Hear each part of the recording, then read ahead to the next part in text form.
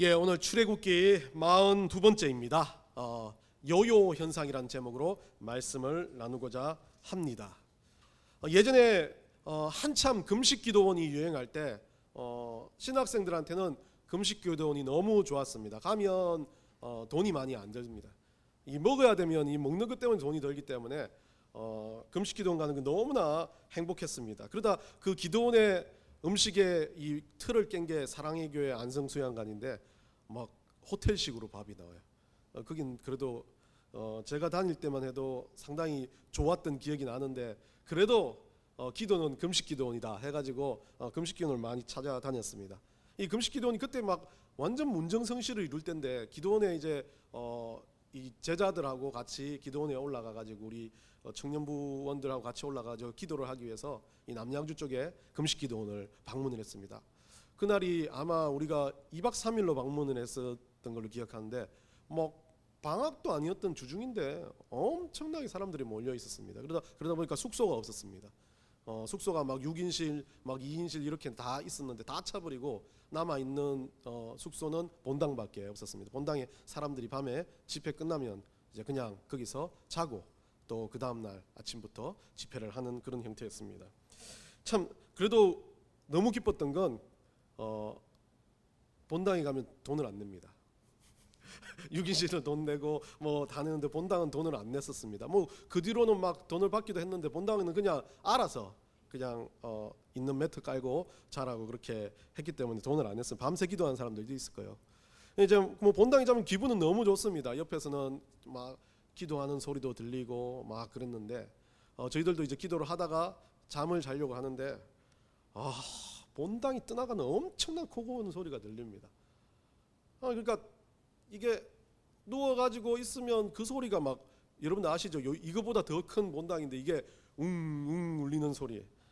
저도 강적인데 도저히 밤새도록 잠을 못 잤습니다. 막 아이들은 아침에 거의 막 눈이 퉁퉁 부어가지고 막 엄청나게 두들거리기 시작했죠. 그러다가 이제 그날 저녁 집회를 하고 그날도 노심초사하는 마음에 본당에 들어갔는데 이 조용하게 기도 소리만 들리고 아무런 소리가 들리지 않았습니다. 우리 아이들이 막 서로 막 미소를 지으며 이렇게 잠을 청했습니다. 저도 저 자신을 압니다. 제가 코를 골 거란 거 알기 때문에 저도 이제 늦게 자려고. 여러분들 그거 아시죠? 코 고는 사람들은 어떤지 모르겠지만 저는 코 골라고 생각하면 깹니다. 그리고 또 거기는 본당이니까 정말 조심해서 절대 내가 일찍 자지 않는다. 우리 아이들이 다 자고 사람들이 다 자는 그 시간에 모든 소리가 조용해질 부분에 난 잠을 자겠다고 생각하고 정말 참았습니다. 저는 얼마나 남을 배려한 사람인지 재치기 할 때도 크게 하지 않습니다. 이렇게 재치기를 합니다.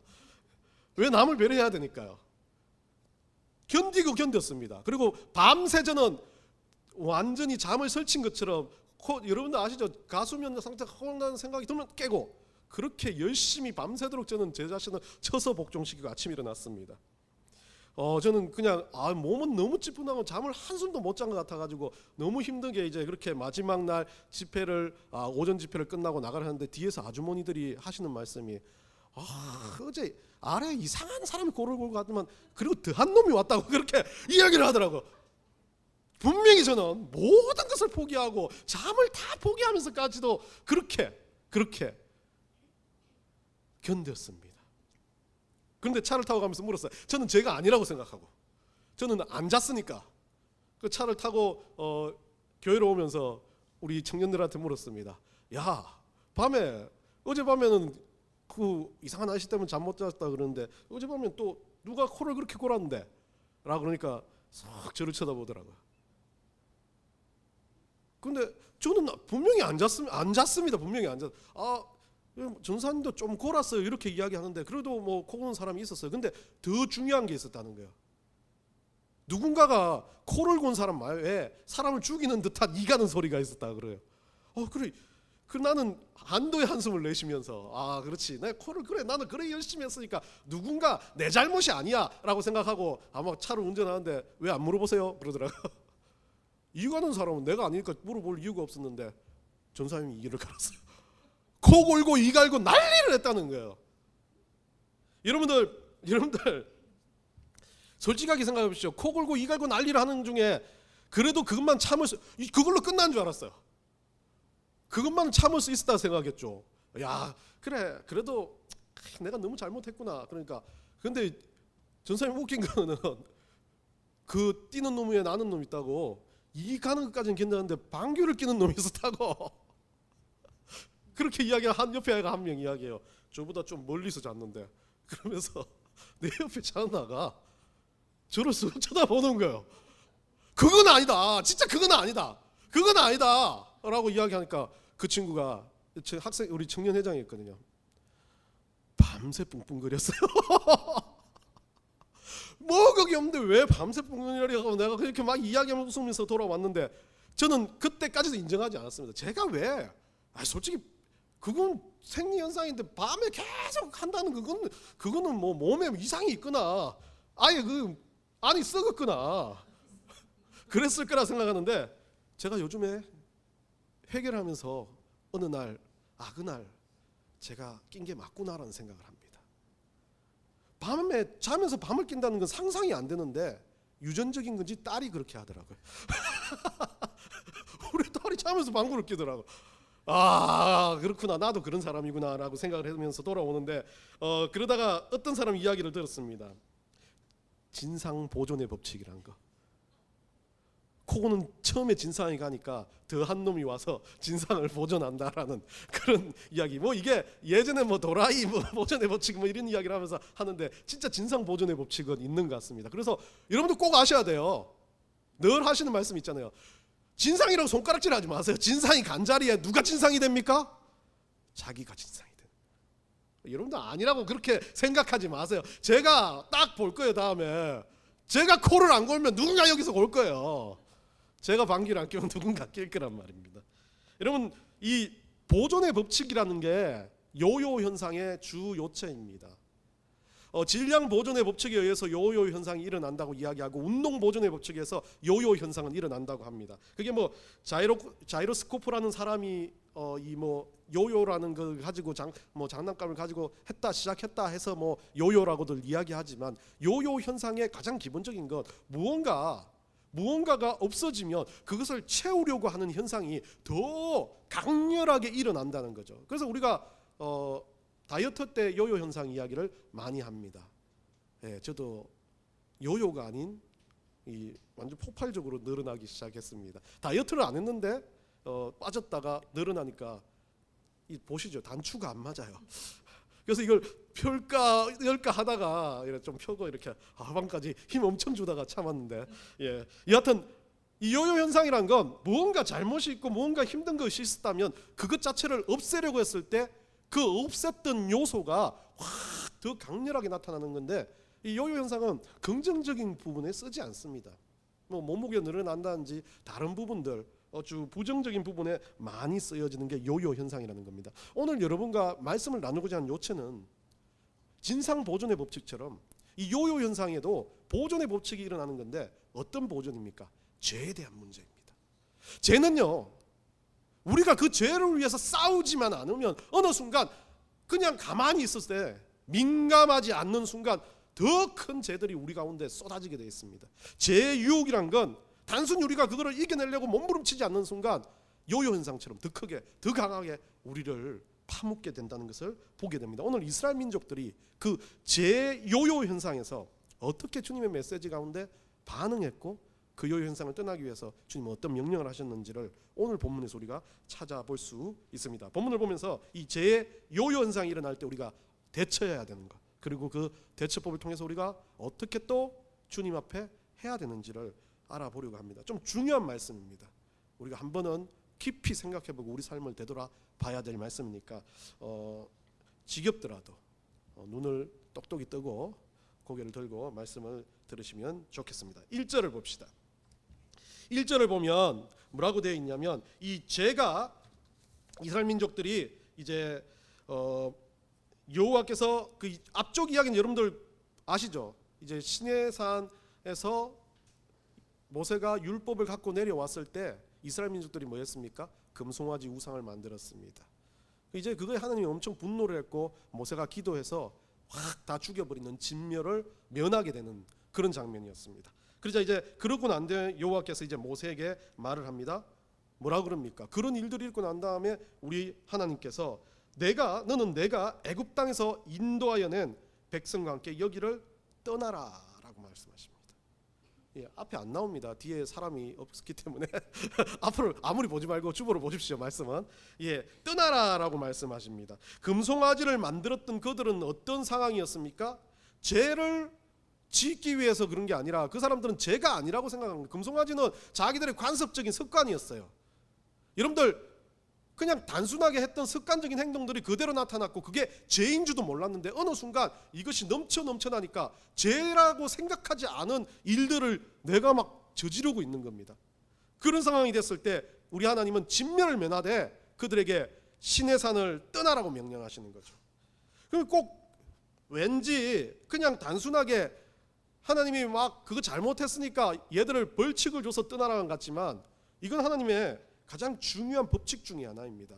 우리가 죄가 있고 유혹이 있고 어떤 힘든 요소들이 있는 그 자리에서 가장 먼저 해야 되는 행동은 그 자리에 죽치고 있으면 더 죄의 수렁에 빠지게 돼 있습니다. 그러니까 하나님 말하는 거죠. 떠나라. 그 자리를 먼저 떠나는 것이 요요 현상을 일으키지 않는 첫 번째 대처법입니다. 금송아지를 만들었으면 그들이 뭐 하겠습니까? 금송아지 이상의 것을 이제 만들어서 막 자기 안위를 가지려고 할 거예요. 하나님 그때 그들에게 떠나라고 말합니다. 죄라는 건요 쉽게 들어온 것보다는 이 죄라고 말하는 모든 것들 중에 우리는 죄가 아니라고 생각하는데 그것 죄는 괴물처럼 진짜 삼켜버리는 계속해서 뭔가를 먹어버리는 그런 욕망인 거죠. 욕심인 거죠. 사람이 가지고 있는 가장 큰 재성 중에 하나라면 다른 어떤 거 아니에요. 뭐 성령 해방전이 뭐라고 이야기하는 그런 재성이 시작되는 재성 중에 하나가 가장 큰 재성 중에 하나가 욕심이며 이기심입니다.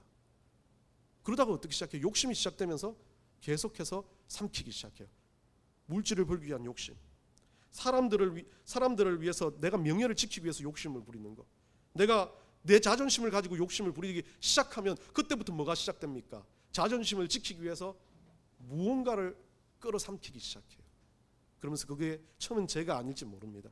근데 누군가에게 피해가 되고 누군가를 괴롭히게 되고 누군가를 힘들게 하게 되고 그 중심에 하나님이 사라지기 시작합니다. 그럼 그때 죄가 되는 거죠. 이스라엘 민족도 마찬가지였습니다. 그거 하려고 한 거 아닙니다. 과거에 했던 겁니다. 여러분도 마찬가지죠. 어제까지 여러분들 계속 했던 행동들 단순히 집에서 예배 올 때 나 차 운전해서 왔어. 그 차 운전하고 계속 오는 행동들이 뭐가 잘못이야? 근데 하나님의 명령이 오늘만은 한 주만은 걸어서 집에서 와라라고 명령하셨습니다. 근데 나는 내 머릿속에는 늘 차 운전하니까 습관적으로 차 운전을 했어요. 뭐가 됩니까? 죄가 되는 겁니다. 명령을 어긴 게 되는 거죠. 너무 또 그런데 여러분들 그렇다고 이거는 그냥 제가 예를 든 거예요. 매주 걸어오시지 마세요. 예. 그런 일들이 되니까 이 하나님은 우리 그 이스라엘 민족에게 죄를 떠나고 요 현상을 일으키지 않으려면 그 죄의 자리에서 내 욕망의 자리에서 먼저 떠나는 게 중요하다는 거죠. 떠나는 창세기 12장에 보면 이런 말이 있습니다. 너는 우리 아브라함에게 하나님께서 너는 본토 친척 아비짐을 떠나 내가 지시할 땅으로 가라라고 이야기하는 장면이 나옵니다. 그 여기에서 떠나라는 이 단어도 레크라고 쓰고 오늘 본문에서 1절에서 쓰는 자리를 떠나라고 하는 단어도 레크로 쓰고 있는데 이 떠난다는 것은 너는 하나님의 명령을 의지적으로 내가 가지고 있는 모든 것들을 가지고 그것을 지키는 것이라는 거죠. 결국 어떤 거예요? 내가 재성이 올라오고 문제가 생기고 아픔이 생기고 힘듦이 생기는 그 자리가 딱 있다면 기억이 안 날 수도 있어요. 그게 죄라고. 이 자리 더 있으면 내가 죄를 지을 것 같다는 감이 안 올 수도 있어. 근데 그 자리가 찜찜하고 힘들어지고 아파진다면 그 순간 그냥 아무 생각하지 말고 일어서라는 겁니다.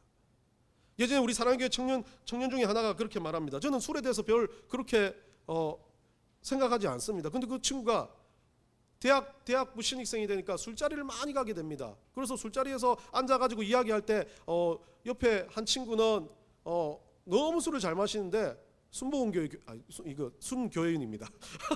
옆에 한 친구는 막 절대 술자리에서 저는 술 한 잔 입에 한 방울도 안 됩니다라고 막 그렇게 이야기하면서 살아가는 또 S 교회 교인입니다. 그 저는 어떻게 해야 될까요? 술이 좋습니다. 내가 그 리더인데 형님 저는 술이 좋아요. 근데 성경적으로 봤을 때는 술이 나쁜지 좋은지는 모르겠지만 술이 맛있어요. 술이 먹고 싶어요. 근데 처음에는 아무렇지 않게 먹는데 두 번째가 저는 절대 그리스도이니까 먹지 않습니다. 그러니까 앞에 아이는 그리스도이니까 먹지 않습니다라고 이야기하니까 그래도 마신대요. 근데 자기는 찜찜하대요. 마셔야 될까? 마시지 말아야 될까? 마시면 사람들이 보기에 뭐라고 할 것 같고 또 안 마시면 또 내가 좀 너무 먹고 싶어서 그런 것 같고 그래서 제가 물었어요. 네가 마시면 죄를 짓는 거라고 생각하니? 라고 물었어요. 근데 그 친구는 모르겠습니다 라고 그래요. 그럼 마시면 계속 마실 것 같다고 생각하니? 라고 생각하니까 그것도 제가 참을 수 있을지 어쩔지도 모르겠다라고 생각해요. 그러면 안 마시는 게 맞지? 라고 이야기하니까 이 친구가 그런데도 그래도 마시고 싶으면 어떡합니까? 그럼 마시겠다는 건데 나한테 왜 물어보냐? 라고 이야기를 하니까 그래도 뭔가 방법이 있을 거 아닙니까? 그렇게 이야기를 하더라고요. 그럼 제가 말했습니다. 술자리를 가지 마. 안 가면 되지. 안 가면 어떻게 합니까? 선배들이 오고 뭐 하고 하는데 그러면 술자리에 가서 거기 가서 도장만 찍고 와. 얼굴만 보고 그 자리에서 앉아가지고 막 아는 체 막 하고 아이고야 하면서 배가 아프다 하면서 나오라고. 떠나는 것. 그 자리에서 떠나면 그런 유혹이나 그런 생각으로부터 떠날 수 있는 거죠. 뭔가 현상이나 어떤 것에 집착하기 시작하면 사람들은 그것에 대해서 해야 되냐 안 해야 되는 결정을 내리려고 하는 그 순간이 되면 그것들 다 그냥 버리고 그 자리에서 떠나버리면 된다는 거예요. 내가 이거 죄인지 아닌지 내가 이거 하면 되는지 안 되는지 모르는 상황이라면 먼저 내 머릿속에서도 내가 가지고 있는 모든 환경 속에서 그것으로부터 떠나는 것으로 시작해야 된다는 겁니다. 두 번째는 뭐라고 되어 있습니까? 마지막 부분에요. 야곱에게 맹세하여 내 자손에게 주기로 한 그 땅으로 올라가라. 떠나는데 떠나는 것으로 끝나면 안 됩니다. 하나님이 명령하신 장소, 하나님이 가야 할 목적, 여기서 말하는 맹세하시는 니시파티라는 단어를 쓰고 있는데 이것은 명세하다, 서원하다, 약속하다. 하나님께서 우리에게 말씀으로 스스로 제기 동사거든요. 스스로가 우리와 함께 약속해 주신 그 장소, 천국이라는 장소, 우리 하나님께서 우리에게 은혜 주시겠다는 그 장소, 그런 모든 장소를 향한 그런 말씀에 의지되는 곳으로 올라가라라고 이야기합니다. 처음으로 떠나는 것으로 끝나는 것이 아니라 하나님이 원하시고 하나님이 약속하시고 하나님 우리와 함께 하시는 그 장소로 올라가는 것, 그것으로 인해서 요요 현상을 벗어날 수 있다라고 첫 번째 1절에서 우리에게 이야기를 해줍니다. 그러면서 이제 그것은 벗어나야 될 행동이라면 2절부터 뭐라고 이야기하냐면 이제 요요 현상과 달리 하나님은 우리 삶에서 그것들을 계속 유지하는 것에 대한 이야기를 하고 있습니다. 2절에 내가 사자를 너보다 앞서 보내어 가나안 사람과 아모리 사람과 헷 사람과 브리스 사람, 히위 사람과 여부스 사람을 쫓아내고로 말씀하십니다. 이제 그렇게 내가 한다면 네가 욕망을 가지고 네가 살아가는 모든 환경을 다 내가 하나님이 원하시는 방법으로 길을 뚫겠다라고 말합니다. 너무나 감사한 거죠. 우리가 요요 현상이 안 일어나기 위해서 죄에 빠지지 않기 위해서 정말 하나님의 말씀에 순종하여 안간힘을 썼을 때 우리 하나님은 우리를 지켜주시고 우리가 가야 될 길에 앞에 먼저 가서 이제 구름기둥과 불기둥처럼 사자를 먼저 보내가지고 나에게 불편한 환경의 요소들을, 나에게 죄 가운데 빠지게 할 요소들을 제거하신다라고 말합니다. 중요한 건 2절까지의 말씀은 너무 희망적이고 요요 현상이 좋은 이야기였지만 이제 3절이 상당히 무서운 말씀이 나와 있습니다. 뭐라고 되어 있습니까? 그렇게 3절에서 너희가 이 적과 꿀이 흐르는 땅에 이르게 하려니와 그렇게 너희들을 천국으로 인도할게. 너희들을 말씀 가운데 내가 이끌고 갈게. 그 사자를 보내가지고 그리고 그 현상에서 떠나고 하나님 앞에서 열심을 가지고 올라가려고 한다면 그러면 하나님 뭐라 그럽니까? 나는 너희와 함께 올라가지 않겠다. 하나님 그렇게 사자까지 보내가지고 그 자리를 떠나고 막 그렇게 한 것에 대해서 하나님은 막 아주 강렬하게 명령했었고 하나님이 하시는 말씀이 너희와 함께 올라가지 않겠다. 천국 가는 길을 너와 함께 뭐하게 하나님이 동행하지 않겠다라고 말합니다. 그러면서 뭐라고 합니까? 너희는 목이 곧은 백성인즉 내가 길에서 너희를 진멸할까 염려하노라. 무서운 말씀이죠. 진멸을 하겠다고 했는데 모세의 기도로 진멸하지 않고 기간을 두겠다 했습니다. 진멸은 하실지 안 하실지 몰라요. 하나님은 근데 지켜보시겠다고 했는데 하나님이 그 지켜보는 순간에도 이들과 함께 동행하면 얘들이 또 금성하지 만들고 얘들이 또 힘들어하고 얘들이 또 하나님을 떠나면 그 자리에서 다쳐 죽일까 봐 우리 하나님께서 나 너희들과 함께 합니다 라고 말씀하시는 거죠. 우리는 이스라엘 민족과 뭐가 다릅니까? 이 말씀 가운데 보면요, 우리는 이스라엘 민족보다 더하면 더했지 못한 인생들 아닙니다.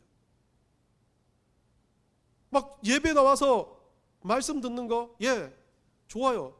하나님 백성이라고 내가 그리스도인이라고 명령에 칭해졌다는 거 좋아요. 그런데 와가지고 예배 드립니다. 예배를 드려놓고 예배에 대한 감흥을 가지고 나가는데 문만 들었으면 교회 방만 나가면 아무것도 없어요. 내 삶에 하나님은 없어요.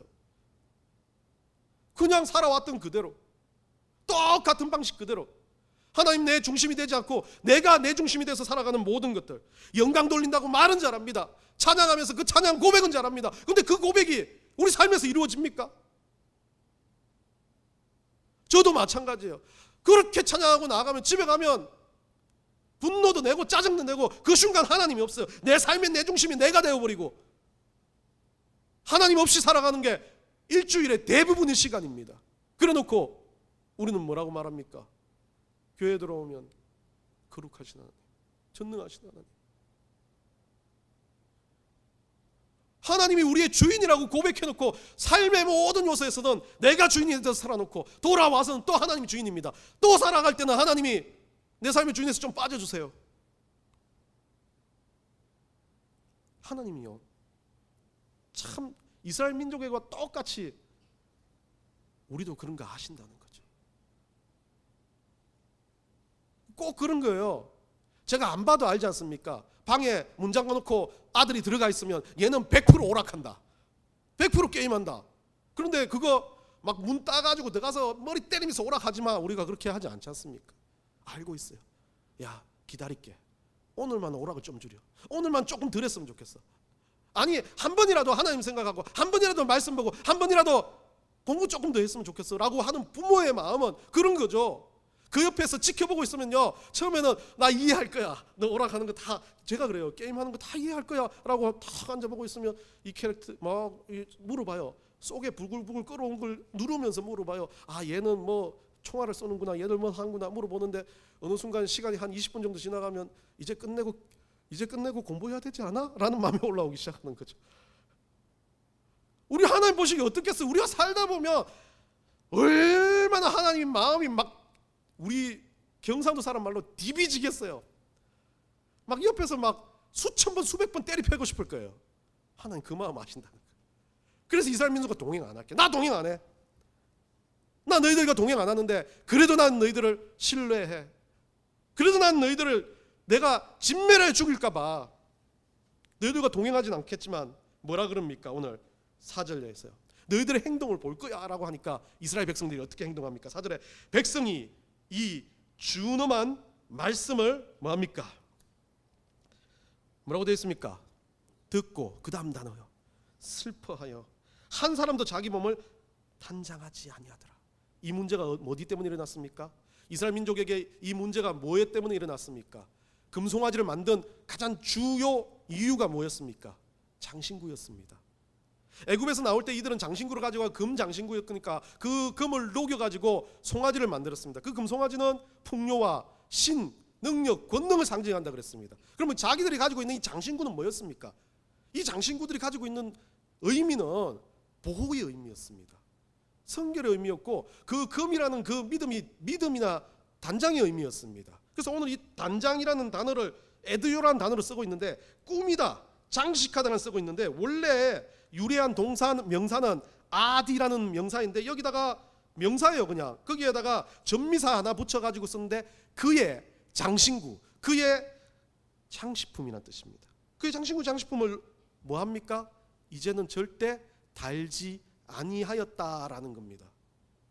이스라엘 민족의 결단은 이거였습니다. 하나님 앞에서 그것이 요현상을 일으키는 문제, 내가 돌아가려고 하는 의지, 나의 모시고 있는 내가 속에서 재성으로 돌아가려고 하는 내 마음이었다면 그거 하나님 내가 다 떼어내서 달지 않을게요 라고 그 장신구들을 떼어버린 겁니다.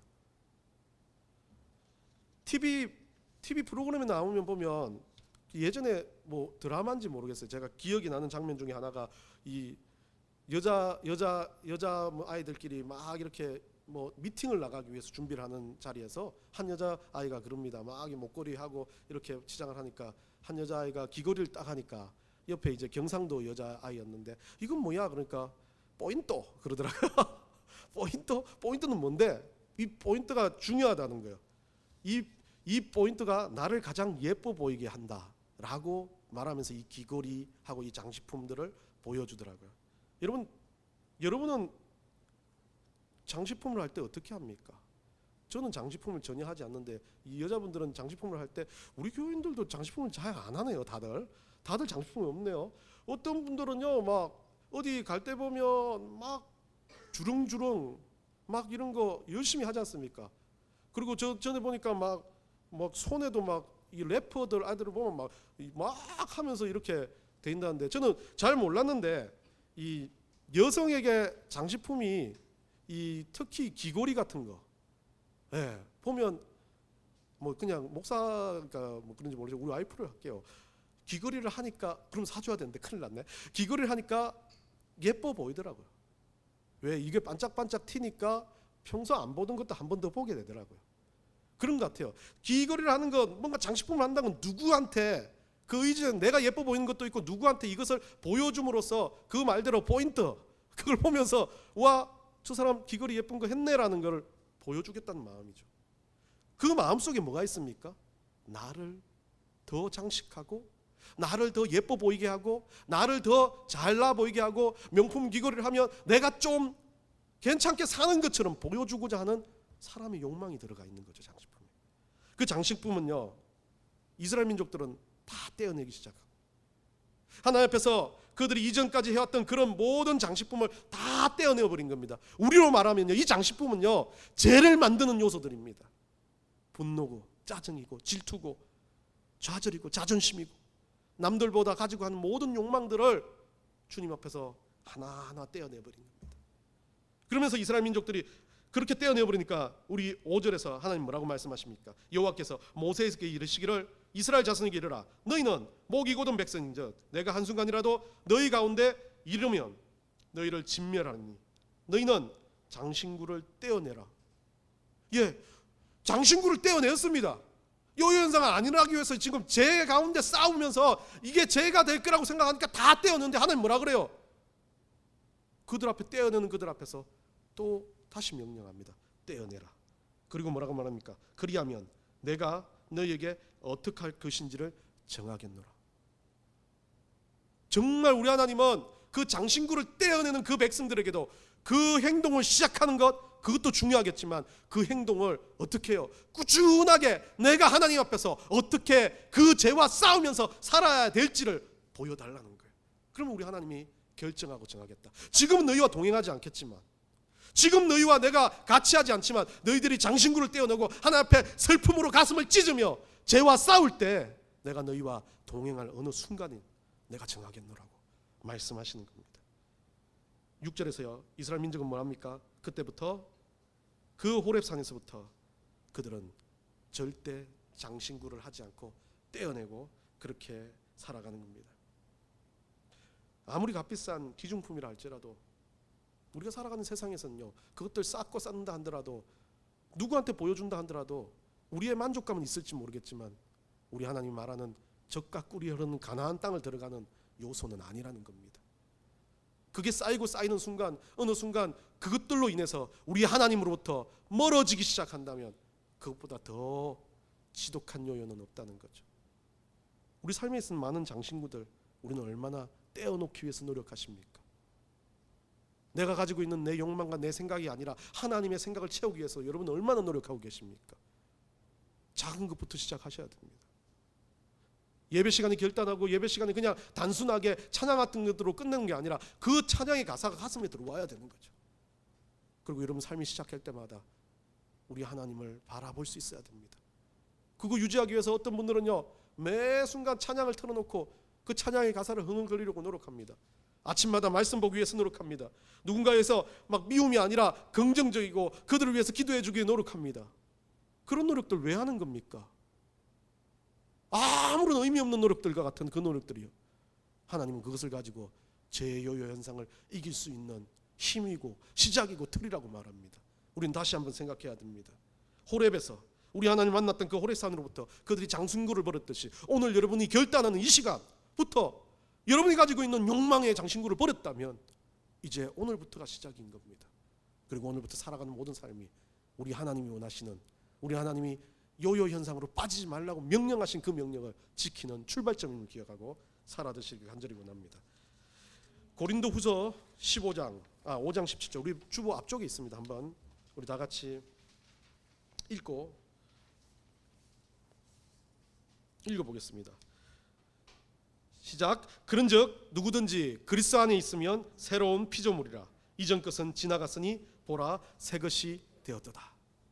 장신구를 버리는 순간 뭐라 그럽니까? 예수 안에 들어온 거예요. 장신구를 쥐고 있다면 예수 안에 들어오는 거 아니에요. 발만 걸치고 있는 거예요. 장신구를 버리는 그 순간 예수님 안에 들어갔고 우리는 뭐가 돼요? 새로운 피조물로 시작하는 겁니다. 그러면 그 순간부터 우리는 새 것이에요. 한 주 동안 여러분들이 새 것으로 출발하는 여러분들이 되시기를 간절히 축원합니다.